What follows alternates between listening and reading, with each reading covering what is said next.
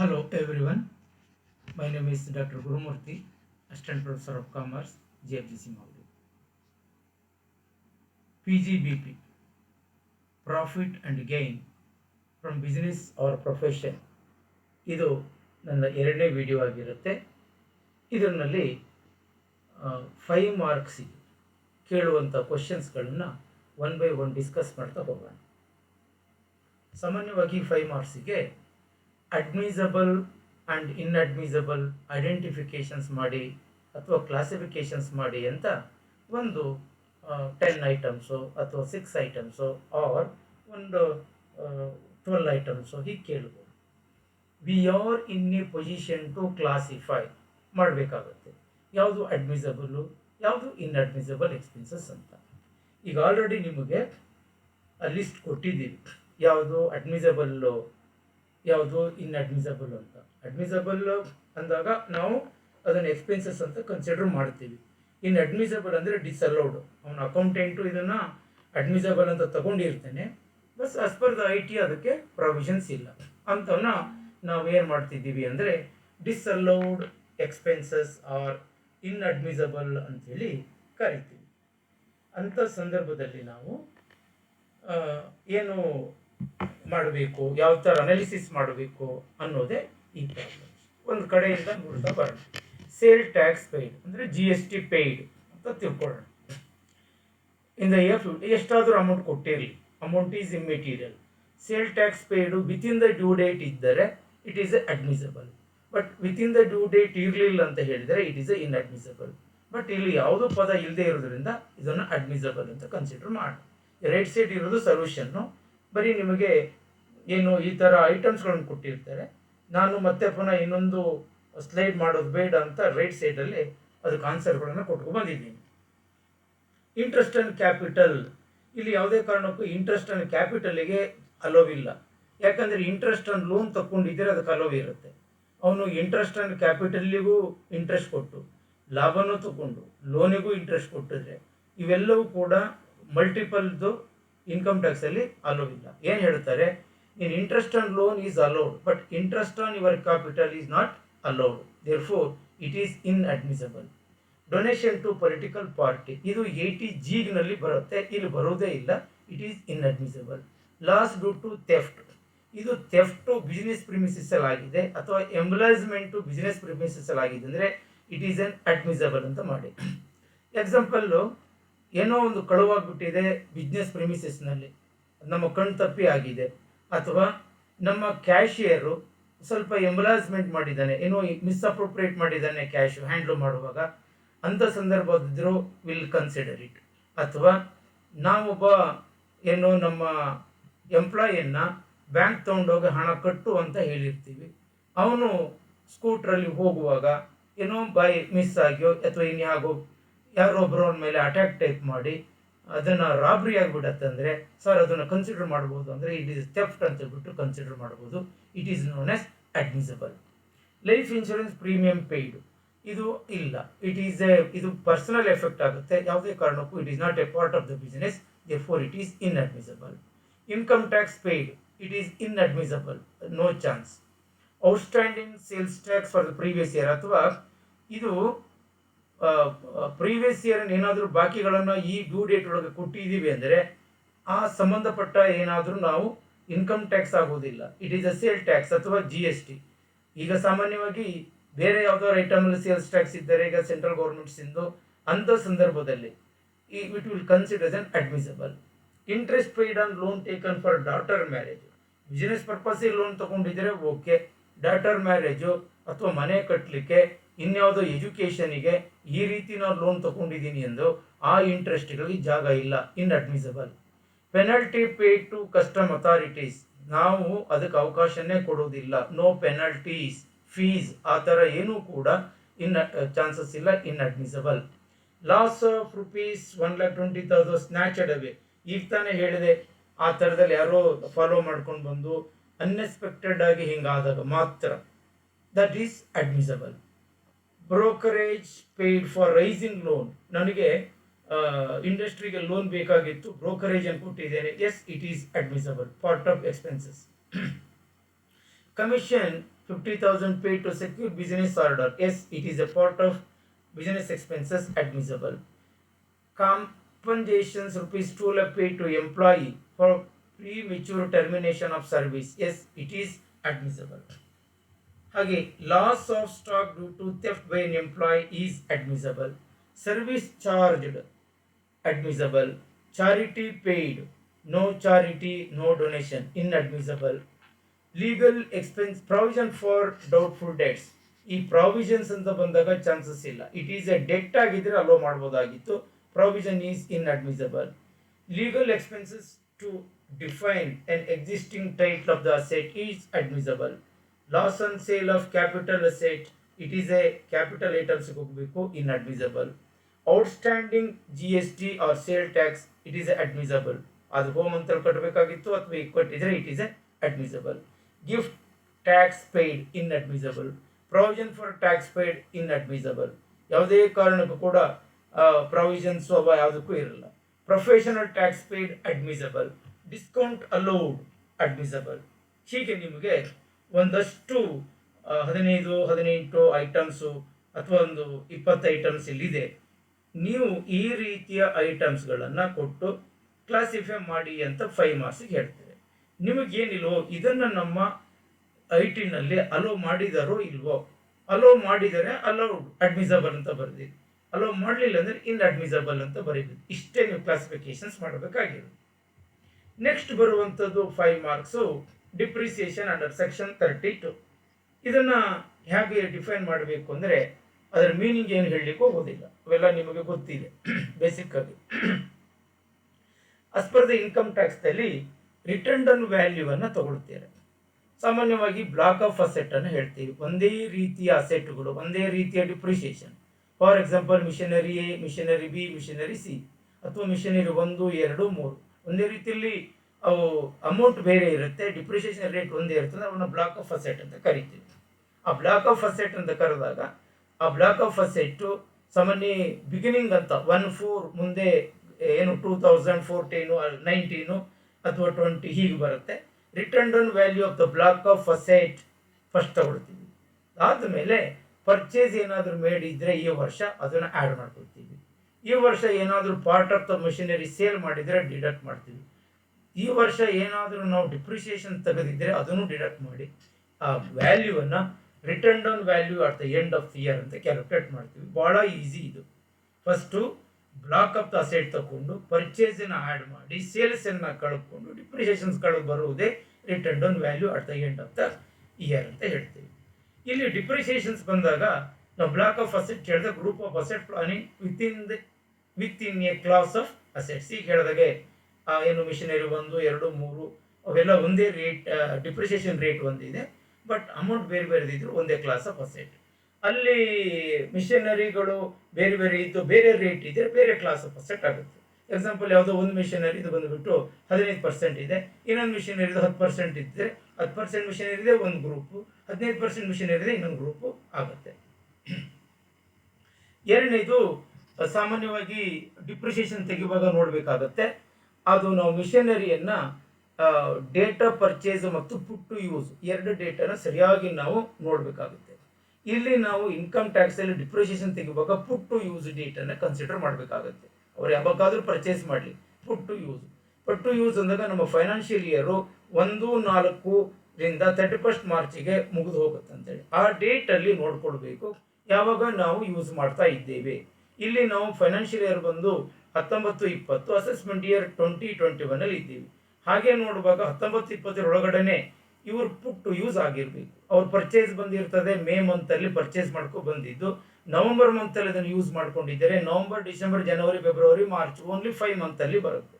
ಅವಾಗ ಸಂದರ್ಭ ಏನು ಮಾಡಬೇಕು ಅಂದರೆ ಅವ್ರು ಏನು ರೇಟ್ ಆಫ್ ಡಿಪ್ರಿಸಿಯೇಷನ್ ಕೊಟ್ಟಿರ್ತಾರೆ, if the machinery used less than 180 days or 6 months ಇದ್ದಾಗ 50% of the what the rate given. ಇದು applicable only for the machinery, ಬೇರೆದಕ್ಕೆ ಅಪ್ಲಿಕಬಲ್ ಆಗೋದಿಲ್ಲ. In case if the machinery is put to use more than 180 days, ಈಗ ಹೇಳಿದೆ May ಮಂತಲ್ಲಿ May 2019 purchase ಮಾಡಿದ್ರು, ಅವ್ರು ತೊಗೊಂಡೋಗಿ June ಮಂತಲ್ಲಿ ಅದನ್ನು ಬಳಸ್ಕೊಂಡಿದ್ದಾರೆ ಅಂದರೆ ಮೋರ್ ದ್ಯಾನ್ 180 ಡೇಸ್ ಅಥವಾ 6 ಮಂತ್ ಆಗಿದ್ದರೆ ಆ ಡಿಪ್ರಿಸಿಯೇಷನ್ ರೇಟು 15% ಕೊಟ್ಟಿದ್ರೆ ಇಂಟರ್ 15% ತಗೊಳ್ಳೋದು. ಒಂದು ವೇಳೆ ಅದನ್ನು ಯೂಸ್ ಮಾಡಿದ್ದು ನವಂಬರ್ ಇಂತ ಆದರೆ ಇದನ್ನು ಸಪ್ರೇಟ್ ಆಗಿ ಇದು ನವಂಬರ್ ಇಂದ ತಗೊಂಡಿದ್ದಾರೆ ಲೆಸ್ ದ್ಯಾನ್ 180 ಡೇಸ್, ಅದರಲ್ಲಿ 50% ಡಿಪ್ರಿಸಿಯೇಷನ್ ಅನ್ನು ತಗೊಳ್ಬೇಕಾಗುತ್ತೆ. ಅಂದರೆ ಏನು ರೇಟ್ 15% ಕೊಟ್ಟಿದ್ರೆ ಡಿವೈಡ್ ಬೈ 1/2. ಇದು one hand. On the other hand additional depreciations ಬರುತ್ತೆ. Additional depreciation only for the machinery ಬರ್ತದೆ. ಅಡಿಷನಲ್ ಡಿಪ್ರಿಸಿಯೇಷನ್ ಯಾವಾಗ ಅಂದರೆ ಮೊದಲನೇ ವರ್ಷದಲ್ಲಿ ಅವರು ಹೆವಿ ಬಂಡವಾಳವನ್ನು ಹಾಕಿ ಪರ್ಚೇಸ್ ಮಾಡ್ಕೊಂಡು ಬಂದಾಗ ಏನಾದರೂ ಪ್ರಾವಿಷನ್ಸ್ ಇದೆಯಾ ಅಂದರೆ ಪ್ರಾವಿಷನ್ಸ್ ಇದೆ. ಅಲ್ಲಿಯೂ ಕೂಡ ನಾವು ಪುಟ್ ಟು ಯೂಸನ್ನು ತಗೊಂಡ್ರೆ if it is more than 180 days ಅಂದರೆ ಮ್ಯಾಕ್ಸಿಮಮ್ ಡಿಪ್ರಿಸಿಯೇಷನು 20%. ಅದು ಅಡಿಷನಲ್ ಅಂತಲೇ ಹೆಸರು ಕೊಡಬೇಕು ನಾವು. Additional depreciation on machinery 20%. In case ಅದು put to use less than date compare ಮಾಡೋಣ ಮುಂದೆ ಪ್ರಾಕ್ಟಿಕಲಲ್ಲಿ.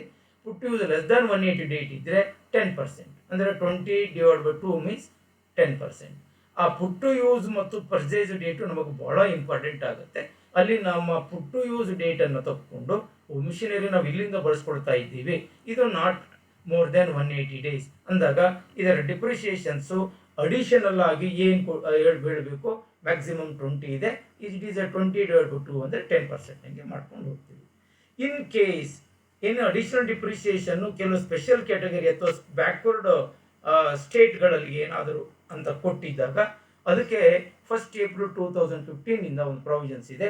ಅದಕ್ಕೆ 35% ಆಫ್ ದ ಆಕ್ಚುಯಲ್ ಕಾಸ್ಟ್, 20% ಅಲ್ಲ ಮ್ಯಾಕ್ಸಿಮಮ್ 35 ಆಗುತ್ತೆ. ಅದು ಬ್ಯಾಕ್ವರ್ಡ್ ಸ್ಟೇಟ್ ಅಂತ ನೋಟಿಫೈ ಆಗಿರಬೇಕು, ಸ್ಟೇಟ್ಮೆಂಟಲ್ಲಿ ಹಾಗೆ ಕೊಡಬೇಕು. ಇದು ಯಾವುದು ನಾಗಾಲ್ಯಾಂಡು ಅಥವಾ ಹಿಮಾಚಲ್ ಪ್ರದೇಶ ಇಂಥದ್ದು ಏನೋ ಇದು ಸ್ಪೆಷಲ್ ಸ್ಟೇಟ್ ಅಂತ ಕೆಟಗರಿ ಅಂತ ಐಡೆಂಟಿಫೈ ಆಗಿದೆ, ಇದು ಬ್ಯಾಕ್ವರ್ಡ್ ಸ್ಟೇಟ್ ಇದೆ, ಅಲ್ಲಿ ಫ್ಯಾಕ್ಟ್ರಿ ಇನ್ಸ್ಟಾಲ್ ಮಾಡ್ಕೊಂಡಿದ್ದಾನೆ, ಮಿಷನರಿಯನ್ನು ಅಲ್ಲಿ ಪರ್ಚೇಸ್ ಮಾಡಿದ್ದಾನೆ ಅಂದಾಗ ಅಡಿಷನಲ್ ಡಿಪ್ರಿಸಿಯೇಷನ್ 20% ಅಲ್ಲ 35, ಅದು ಮೋರ್ ದ್ಯಾನ್ 180 ಡೇಸ್ ಇದ್ದ. In case less than 180 days ಇದ್ದಾಗ 35 ಡಿವೈಡ್ ಬೈ 2 ಮಾಡ್ಕೊಳ್ಳಿ 17.5 ಬರುತ್ತೆ. ಸೇಮ್ ಇನ್ನೇನಿರಲ್ಲ. Other than the state only additional depreciation applicable to the machinery is ಏನು 20% ಮ್ಯಾಕ್ಸಿಮಮ್.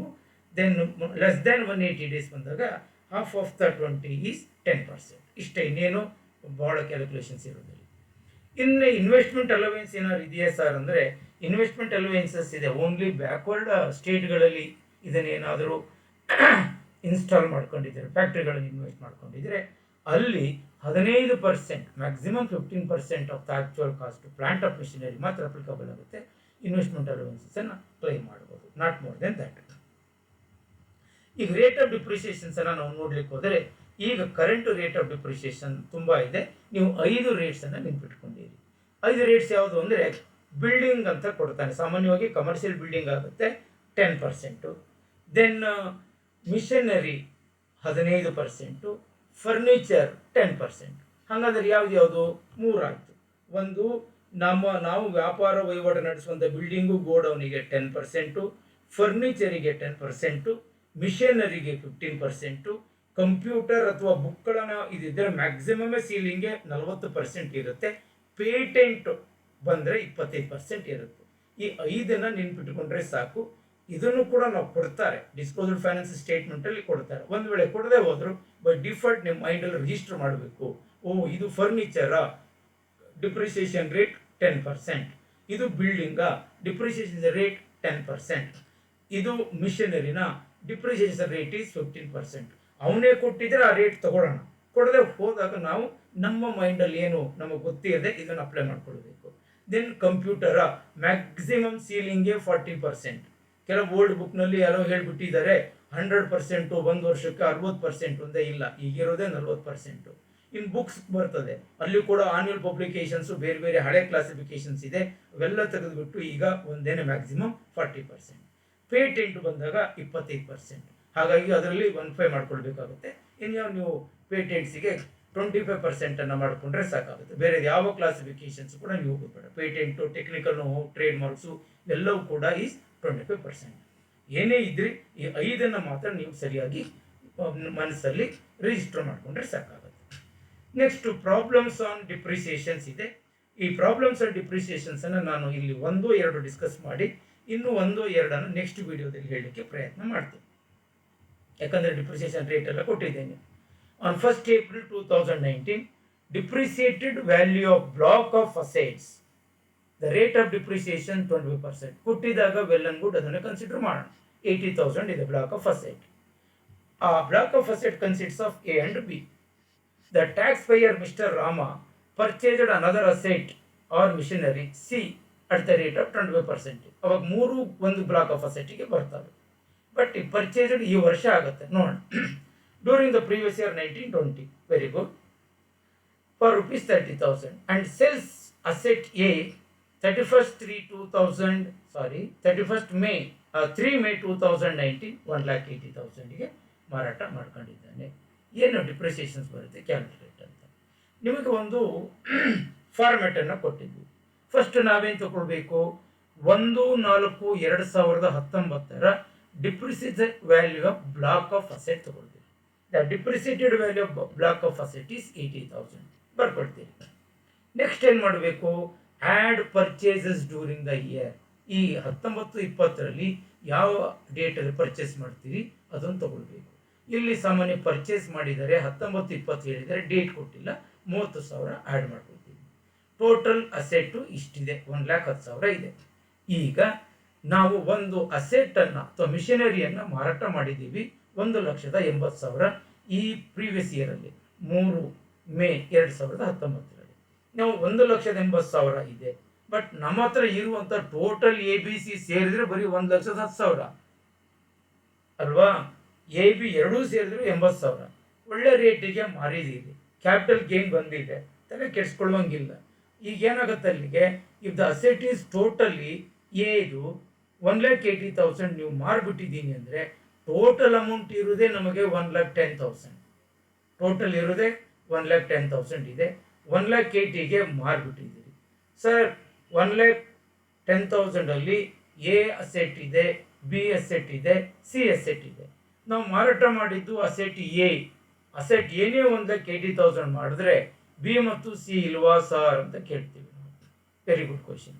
ಬಟ್ ಅಂಥ ಸಂದರ್ಭದಲ್ಲಿ ಈಗ ಟೋಟಲ್ ಅಸೆಟ್ಸ್ ವ್ಯಾಲ್ಯೂ ನಮಗೆ 1,10,000 ಇದೆ. ನಾವು ಅದನ್ನು ಮಾರಾಟ ಮಾಡ್ಕೊಂಡಿದ್ದೀವಿ ಅಸೆಟ್ ಎ ಅಂತೇಳಿ 1,80,000. ನಮಗೆ ನಿಲ್ ಬ್ಯಾಲೆನ್ಸ್ ಬರುತ್ತೆ. ಯಾಕಂದರೆ sales consideration of asset A through the asset is sold for rupees 1,80,000. The amount of deduct ಮಾಡಬೇಕಾಗತ್ತೆ, ಸೇಲ್ ಮಾಡಬೇಕಾಗತ್ತೆ. ಟೋಟಲಲ್ಲಿ 1,80,000 ಅಂದಾಗ ಮೈನಸ್ ಫಿಗರ್ ಬರುತ್ತೆ. ನಮ್ಮ ಹತ್ರ ಇರೋದೇ 1,80,000. Hence we cannot calculate amount of depreciations. ಇಲ್ಲಿ ಡಿಪ್ರಿಸಿಯೇಷನ್ ಕ್ಯಾಲ್ಕುಲೇಟ್ ಮಾಡೋಕ್ಕೆ ಬರೋದಿಲ್ಲ. ಯಾಕಂದರೆ ನಾವು ಇಂಡಿವಿಜುವಲ್ ಆಗಿ ತಗೊಂಡು ಕ್ಯಾಲ್ಕುಲೇಷನ್ ಎ ಇದೆ ಅನ್ನೋ ಬರಲ್ಲ. ಟೋಟಲ್ ಬ್ಲಾಕ್ ಆಫ್ ಅಸೆಟ್ ಎಲ್ಲ group 1,80,000. However it is sold 1,80,000. Next asset ಇಲ್ಲ ಅನ್ನೋಂಗೆ ನಾವು ಕನ್ಕ್ಲೂಷನ್ಗೆ ಬರಬೇಕು. ಅದನ್ನು ಕೂಡ ಕೆಳಗಡೆ ಹೇಳಿದೀವಿ ನೋಡಿ. No depreciation is admissible where the return on value has been reduce to 0. Return on value 0 all put together, though the block of asset does not cease exit on the last previous year. So far ಮುಂದೆ ಇವು ಇರೋದಿಲ್ಲ, sale ಮಾಡಾಗಿದೆ, ಹಣ ಬಂದಿದೆ, therefore no depreciation. ಬಹಳ clear. ಅದನ್ನು ನೀವು block of ಅಸೆಟನ್ನು ಹಾಕೊಳ್ತೀರಿ, ಪರ್ಚೇಸ್ ಮಾಡಿದ್ದನ್ನು ಆ್ಯಡ್ ಮಾಡ್ತೀರಿ, ಎರಡೂ ಆದಮೇಲೆ ಸೇಲ್ಸ್ ಮಾಡೋದನ್ನು ನೋಡ್ಕೊಳ್ತೀರಿ. If the sales considerations more than the block of asset are total ಅಂದಾಗ no depreciation. If it is less ಅಂದಾಗ ಆ ವ್ಯಾಲ್ಯೂಗೆ ನೋ ಡಿಪ್ರಿಸಿಯೇಷನ್ಸ್ ಮಾಡಬೇಕಾಗಿತ್ತು. ಈಗ ನೋಡಿ, Shashi owns 2 building A and B. 1st April 19, 14,15,700 ಇದೆ. That is a block of asset A and B ತಗೊಳ್ತೀವಿ, 14,15,700. He purchased December 2019 building C, note a point, December 2019 for rupees 3,10,000 at the rate of 10%. Earlier ಕೂಡ 10% ಇದೆ. ಇವು ಮೂರು ಸೇರಿ ಒಂದು block of ಅಸೆಟ್ಗೆ ಬಂದು, ಅಂದರೆ it is a first written down opening balance, written down value of the block of asset plus ಪರ್ಚೇಸನ್ನು ಆಡ್ ಮಾಡ್ಕೊಳ್ತೀವಿ ಸಿಂಪಲ್ ಆಗಿ. And sales building A during the previous year ಅಂದರೆ 1/10/2019 8,70,000.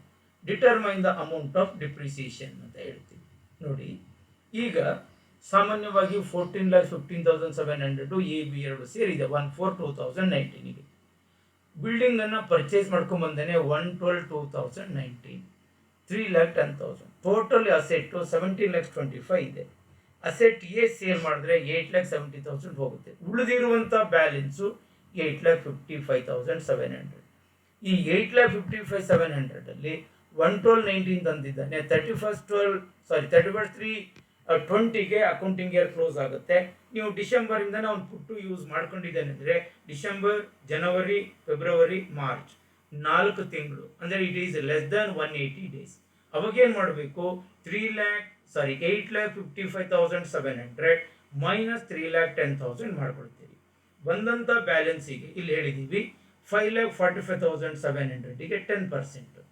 ನೆಕ್ಸ್ಟ್ 3,10,000ಗೆ ದೋ there is A 10%, but it is used less than 6 month.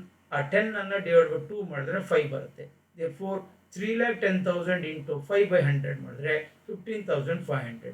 ಎರಡೂ ಸೇರಿದ್ರೆ 70,000 is a depreciations. ಕಳೆದ್ಬಿಟ್ರು. Next written on value 7,85,630. ಇಷ್ಟೇ ಓಕೆನಾ? ನೀವೇನು ಮಾಡಬೇಕು ಅಂದರೆ ಇಟ್ ಈಸ್ ನೀವು written on value block of ಅಸೆಟನ್ನು ಬಿಗಿನಿಂಗಲ್ಲಿ ಬರ್ಕೊಳ್ಬೇಕು. ಆಮೇಲೆ ಆ ಪರ್ಚೇಸನ್ನು ಬರ್ಕೊಳ್ಬೇಕು. ಲೆಸ್ ಸೇಲ್ಸ್ ಕನ್ಸಿಡ್ರೇಷನ್ಸನ್ನು ಡಿಡಕ್ಟ್ ಮಾಡಬೇಕು. ಬಂದಂಥ ಬ್ಯಾಲೆನ್ಸ್ನಲ್ಲಿ ಇನ್ನೇನಾದರೂ ಆ ಅಸೆಟ್ಟು ಅದು ಪಾಸಿಟಿವ್ ಬ್ಯಾಲೆನ್ಸ್ ಇದ್ದಾಗ ಅಸೆಟ್ ಯಾವುದಾದ್ರೂ ಲೆಸ್ ದ್ಯಾನ್ 180 ಡೇಸ್ ಇದ್ದರೆ ಲೆಸ್ ಮಾಡಿಕೊಂಡು ಉಳಿದಿರೋದಕ್ಕೆ ಒಂದು ಡಿಪ್ರಿಸಿಯೇಷನ್ನು, ಅದಕ್ಕೆ 50% ಡಿಪ್ರಿಸಿಯೇಷನ್ ಎರಡೂ ಆ್ಯಡ್ ಮಾಡಿ ತೆಗೆದ್ರೆ it become depreciation us well as return on value. Be careful. ಇಲ್ಲಿ ಸ್ವಲ್ಪ ಯೋಚನೆ ಮಾಡಬೇಕಾಗ್ಬೋದು. ಇನ್ನು ಪ್ರಾಬ್ಲಮ್ ನಂಬರ್ 3 ಇದೆ. ಇದನ್ನು ನಾನು ಈ problem number 3 will continue in our next video. Thank you.